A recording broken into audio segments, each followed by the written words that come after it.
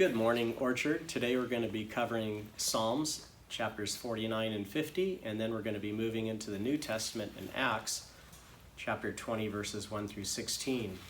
We see in these Psalms how they're incredible encouragement, and also in this Psalm, starting out in 49, it starts out a lot like a proverb, and it basically is saying, listen up, hear this, here's great wisdom. And he's saying, should I fear when evil days come and wicked deceivers surround me? And so the answer is that our trust and our hope is in Christ. And then it goes on to warn, talks extensively about wealth, those who have wealth, those who have been really blessed. And it's saying, don't get tripped up by that, because it doesn't matter whether you're foolish or you're super wealthy and wise, everyone's going to die, and that no amount of money is going to buy your salvation.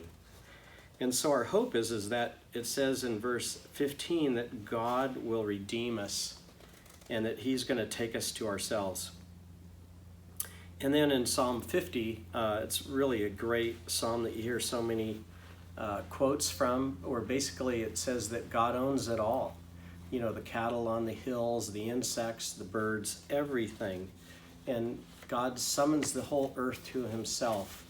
And so we, as stewards of God's stuff, we got to remember whose stuff it is. I constantly have our little grandkids saying, it's mine, and they're fighting over this stuff. Well, you know, a lot of times we hold on to stuff too tight rather than just keeping an open hand. And God's saying, hey, it's all his. And so he basically declares in verse 12, the world is mine and everything that is in it. And so in Acts, I love the book of Acts because it's basically a story of the new church. And most of Acts is all about the travels of the Apostle Paul. And there's kind of an interesting story here. It talks about this young man called Eutychus. And I'm not sure if I pronounced that correctly. But Paul, if you can picture this, he's been staying in this Troas for 7 days, and he knows he's going to leave the next day, so he wants to get in a lot of words. Well, this went on all day and all evening, and it talks about a young man who, on a third story, fell asleep.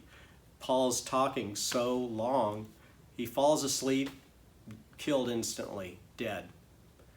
Well, Paul's not going to let that slow down his talking, so what does he do?